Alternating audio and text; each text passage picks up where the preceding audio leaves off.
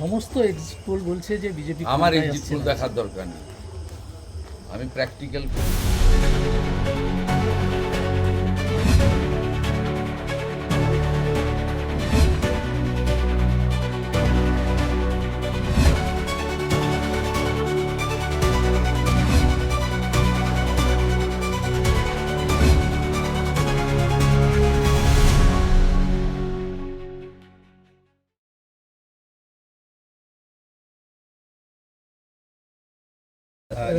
মমতা ব্যানার্জি আজও আবার বলছেন 226 সিট নিয়ে ক্ষমতায় ফিরছে।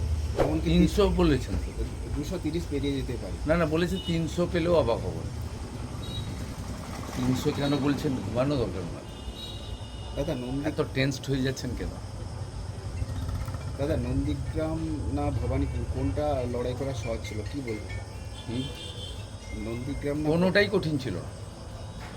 হিন্দুরা ঝাঁটিয়ে ভোট দিয়েছে এবং হিন্দু স্বার্থ রক্ষাকারী, বেকার যুবকদের স্বার্থ রক্ষাকারী, নারী সুরক্ষা প্রদানকারী নরেন্দ্র মোদীজির আশীর্বাদ ধন্য একটি রাষ্ট্রবাদী সরকার তৈরি হতে চলেছে, যে সরকার সকলে বহুজন হিতায় বহুজন সুখায় সকলকে ভালো রাখবে। দাদা মুখ্যমন্ত্রী বলেছেন যে দলীয় কর্মীদের মুসলমানদের ভোট ছাড়া তাও পুরো ভোট পায়নি। আপনি দেখবেন এই যে আজকে একটু আগে চাণক্য দিয়েছে 8% মুসলিম বিজেপিকে ভোট করেছে। এখানেও আমি গতবারে 400 পেয়েছিলাম। আমার বিশ্বাস, আমি প্রাথমিকভাবে ভেবেছিলাম যে আমি 2000 মতো মুসলিম ভোট পেয়েছি। আমি নিজে বুথ ওয়াইজ হিসাব করলাম আমার নন্দীগ্রামের সবাইকে নিয়ে, এটা শেষ করলাম এক্ষুনি রিভিউটা। তা কাউন্টিংয়ের প্রস্তুতিও নিলাম নন্দীগ্রামে। তা আমি 4000 মতো মুসলিম ভোট পেয়েছি। দাদা মুখ্যমন্ত্রী আজকে দলীয় কর্মীদের নির্দেশ দিয়েছেন যে ইভিএম চুরি হতে পারে বা হ্যাক হতে পারে। কালকেই এজেন্টরা বসতে চায়নি, তো কাউন্টিংয়ে কে যাবে? কাউন্টিং ওদের লোকই যাবে না, কাউন্টিংয়ে লোক যাবে না, কাউন্টিংয়ে লোক যাবে না। আপনি দেখবেন সকাল থেকে কী অবস্থায় হবে। কালকে তো আমি ভবানীপুরে দেখেছি ওদের এজেন্ট বসতে চাইনি, বাচ্চা বাচ্চা ছেলেদেরকে ডেকে 2000-3000 হাতে দিয়ে বসিয়েছে। মক পোলিংয়ের সময় 50 জনের বেশি এজেন্ট ছিল না। আর ওর কাছ থেকে লিস্টে নিয়ে নেবেন ভবানীপুরে 159 ভবানীপুর অ্যাসেম্বলি। মক পোলিংয়ের সময় টিএমসির 50 জন এজেন্ট ছিল। দাদা যাদবপুরের প্রার্থী সর্বরী মুখার্জির এজেন্টের বাড়িতে হামলা করেছে তৃণমূল কংগ্রেসের। টুকটাক করছে, অভ্যাসটা তো অনেক দিনের, 15 বছরের অভ্যাস, তাড়াতাড়ি যাবে না। এমনকি আরএসএস এর বেহালায় আরএসএস কর্মীদের উপর অত্যন্ত জঘন্য কাজ করেছে, অত্যন্ত জঘন্য কাজ করেছে। উনি আক্রান্ত হয়েছেন, আবার ওনাকেও কোর্টে ফরওয়ার্ড করেছে কেস দিয়ে, মিথ্যা মামলা দিয়ে। ঘোর নিন্দা করি। অধীর চৌধুরী বলছেন যে মুখ্যমন্ত্রী হারতে পারেন, এরকম একটা অ্যাসেম্পশন করছেন।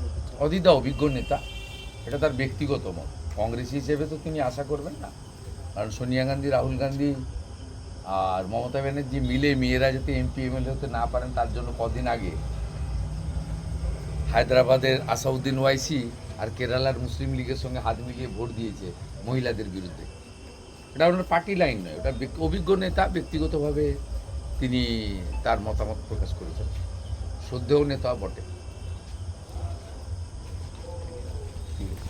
সমস্ত এক্সিট পোল বলছে যে বিজেপি আমার ক্ষমতায় এক্সিট আসছে পোল না। দেখার দরকার নেই, আমি প্র্যাকটিক্যাল পোল বলে দিচ্ছি বিজেপি আসছে। এত হাই অ্যান্ডকে ইনকামবেন্সি আমি 11তেই দেখিনি, কিন্তু 11তে পরিবর্তনের অনেকের মধ্যে একজন ছিলাম, দেখি। দাদা সবাইকে স্বাগত। আপনারা আজকে খুব সকাল থেকে আমার সাথে পুরোটা দিন ছিলেন। আমি 7:30টার পরে 8টা নাগাদ আমি প্রথম খিদিরপুরের হনুমান মন্দিরে এবং মহাদেবের মন্দিরে এসে আজকের এই পবিত্র শুভ দিন শুরু করেছিলাম। আপনারা আমাকে অ্যাকম্পানি করেছেন, অনেক গুরুত্বপূর্ণ ছবি তথ্য জনগণকে তুলে ধরেছেন। আমি আপনাদের কোঅপারেশন করার চেষ্টা করেছি। আবার কখনো কখনো আমার সংক্ষিপ্ত সময়ের জন্য আপনাদের সবাইকে আমি কোঅপারেটও করতে পারিনি। মোটামুটি এখনো কিছু কিছু বুথে ভবানীপুরে ভোটাররা লাইনে আছেন, যদিও স্লিপ ডিস্ট্রিবিউশন করা কমপ্লিট করে ওই এন্ট্রি গেট বন্ধ করে দেওয়া হয়েছে 6টার সময়। আমার এখানে কন্ট্রোল রুম বা ব্যাক অফিস থেকে আমরা যেটা পেয়েছি তাতে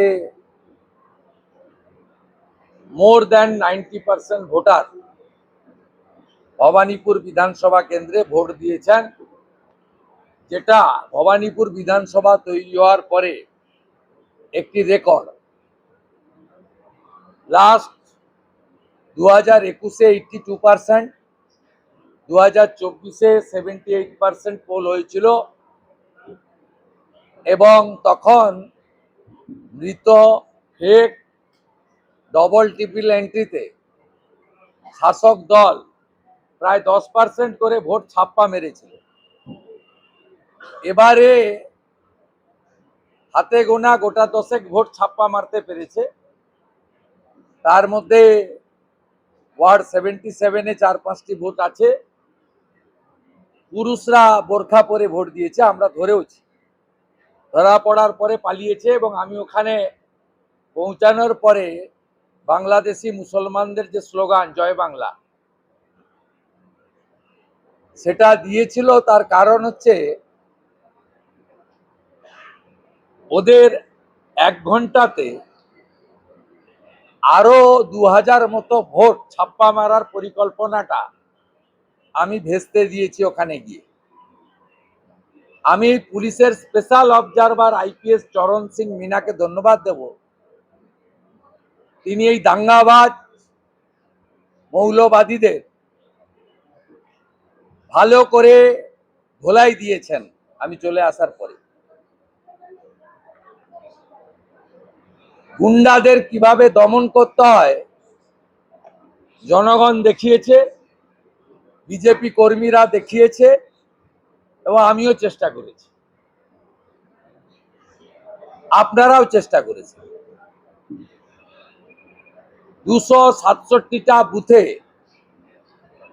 ভারতীয় জনতা পার্টির এজেন্ট এই প্রথমবার ইভিএম সিল করা পর্যন্ত আছে। 3টি বুথে খিদিরপুরে 4টে নাগাদ বের করে দেওয়া হয়েছিল, পরে আবার আমরা তাদের ঢুকিয়েছি। 96টা বিজেপির ক্যাম্প হয়েছে ইলেকশন কমিশনের নির্দেশ মেনে। সেখানে 4 জন মানে 2 জন করে রিলিভার তারা বসেছে ভোটারদের সহযোগিতা করার জন্য। লক্ষণীয় বিষয় হলো হাউসিং এবং যারা কোনোদিন ভোটদান করেননি তারা এবারে ভোট দিয়েছেন। বিগত নির্বাচনগুলিতে 63, 82 এবং 77 নম্বর ওয়ার্ডে মুসলমান বুথগুলোতে 95% করে ভোট পড়ত। এবারে হিন্দু বুথগুলোতে 95% করে ভোট পড়েছে। এভারেজ মুসলমান ভোটের polling 80-81%। Total number of vote 1,60,000। শেষ খবর পাওয়া পর্যন্ত 1,40,700 ভোটার ভোট দিয়েছে, যার মধ্যে 28,000 মুসলমান ভোটার আউট অফ 35,000 আর বাকি 1,12,000 হিন্দু ভোটার। হিন্দু ভোটারদের মিনিমাম 85%, ম্যাক্সিমাম 90% ভোটার বাঙালি অবাঙালি হিন্দি বাংলা সব বাদ দিয়ে জয় শ্রীরামের ধ্বনিতে ভারতীয় জনতা পার্টিকে ভোট দিয়েছে।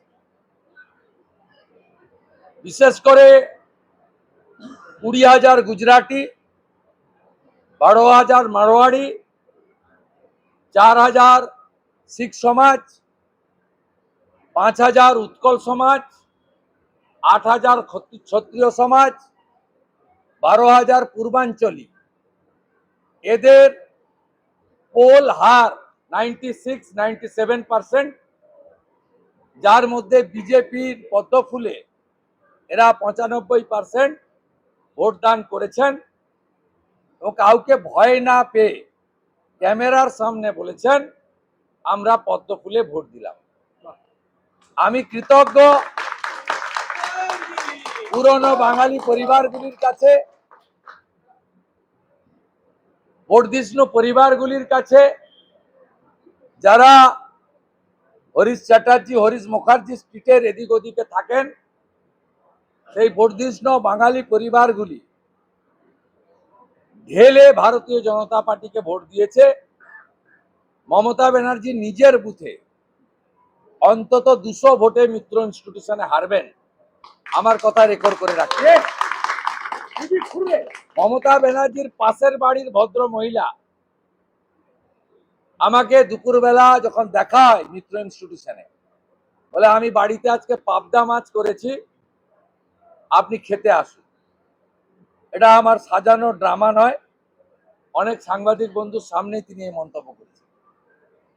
আমি যখন বিকালবেলা রমেশ মিত্র ইনস্টিটিউশনে যাচ্ছিলাম, সেখানে অনেকগুলো গরিব মানুষ, আমি তাদের বস্তি ঝুপড়ি এসব বলে মানে বলতে চাই না, তারাও সমাজের নাগরিক, সহনাগরিক, কিন্তু তারা অর্থনৈতিকভাবে দুর্বল, বড় লোকের বাড়িতে, অর্থনৈতিকভাবে শক্তিশালী লোকের বাড়িতে পরিচারিকার কাজ করে জীবনযাপন করেন। তারা যেভাবে ডেকে নিয়ে আমাকে ভালোবাসা দিয়েছেন, আমি ভবানীপুর এলাকায় যত আয়া, সেবিকা এবং পরিচারিকা মা এবং দিদি আছে তাদের প্রণাম জানাচ্ছি। আমি আশাবাদী না, আমি নিশ্চিত 7টি ওয়ার্ডে আমার ন্যূনতম 30,000 লিড থাকবে। মমতা ব্যানার্জি 10 থেকে 12,000 লিড পাবেন 77 নম্বর ওয়ার্ড। ন্যূনতম 20,000 ভোটে এখান থেকে বিজেপি প্রার্থী জিতবেন এবং মমতা ব্যানার্জি দ্বিতীয়বারের জন্য হারবেন এবং কার্যত তাকে রাজনৈতিক বানপ্রস্থে যেতে হবে। আমি এই নির্বাচনে নির্বাচন কমিশন, রিটার্নিং অফিসার সহ সেক্টর অফিসার, প্রিজাইডিং অফিসার সহ পোলিং পার্টি, কেন্দ্রীয় আধা সামরিক বাহিনী সহ স্পেশাল পুলিশ অবজারভার এবং কলকাতা পুলিশের একটি বড় অংশকে ধন্যবাদ জানাবো। আলিপুর, ভবানীপুর, চেতলা, কালীঘাট এই থানাগুলির কর্তা ব্যক্তিরা যেভাবে মেরুদণ্ড সোজা রেখে ইলেকশন কমিশনের নির্দেশ কার্যকর করেছেন, হ্যাটস অফ টু এভরিবডি। আমাকে খিদিরপুরে ইরশাদ নামে কলকাতা পুলিশের একজন বিয়াদব অফিসার একটি প্রশ্ন করেছিলেন, আমি তাকে চিনে রেখেছি, তার নাম নোট করে রেখেছি। 4 তারিখের পরে ওই ভদ্রলোকের সঙ্গে আমার দেখা হবে। আপনাদের সকলকে ধন্যবাদ জানিয়ে, আপনারা যেভাবে সারাদিন আমার সাথে থেকেছেন, প্রকৃতিকেও ধন্যবাদ দেব, বরুণ দেবকে। তুলনামূলকভাবে ন্যাচারাল এয়ার কন্ডিশন করে দিয়েছিলেন অনেকটা সময়। গতকালের তুলনায় আবহাওয়া খুব ভালো ছিল এবং প্রকৃতি বরুণ দেবকে আরো ধন্যবাদ দেব। সকালে একটু হালকা বৃষ্টি, 11টা 40-এর পরে হালকা রোদ, এক মনোরম পরিবেশে এবারে ভবানীপুর সহ কলকাতার নির্বাচন অনুষ্ঠিত হলো। আমি যেহেতু রাজ্যের বিরোধী দলনেতা, সম্পূর্ণ তথ্য না নিয়ে বলবো না, তবুও আমি ইলেকশন কমিশন, নির্বাচনের সঙ্গে কাজে যুক্ত আধিকারিক, রাজ্য পুলিশ, কেন্দ্রীয় আধা সামরিক বাহিনী, সংবাদ মাধ্যমকে এই ঐতিহাসিক নির্বাচনে গুরুত্বপূর্ণ ভূমিকা নেওয়ার জন্য আমার পক্ষ থেকে as a leader of opposition, outgoing leader of opposition, আমি সকলকে ধন্যবাদ জানিয়ে আমি এবারে 17C ফর্ম সংগ্রহ করব এখানে বসে। আপনারা সবাই ধীরে ধীরে প্রস্থান করবেন এই প্রার্থনা করব।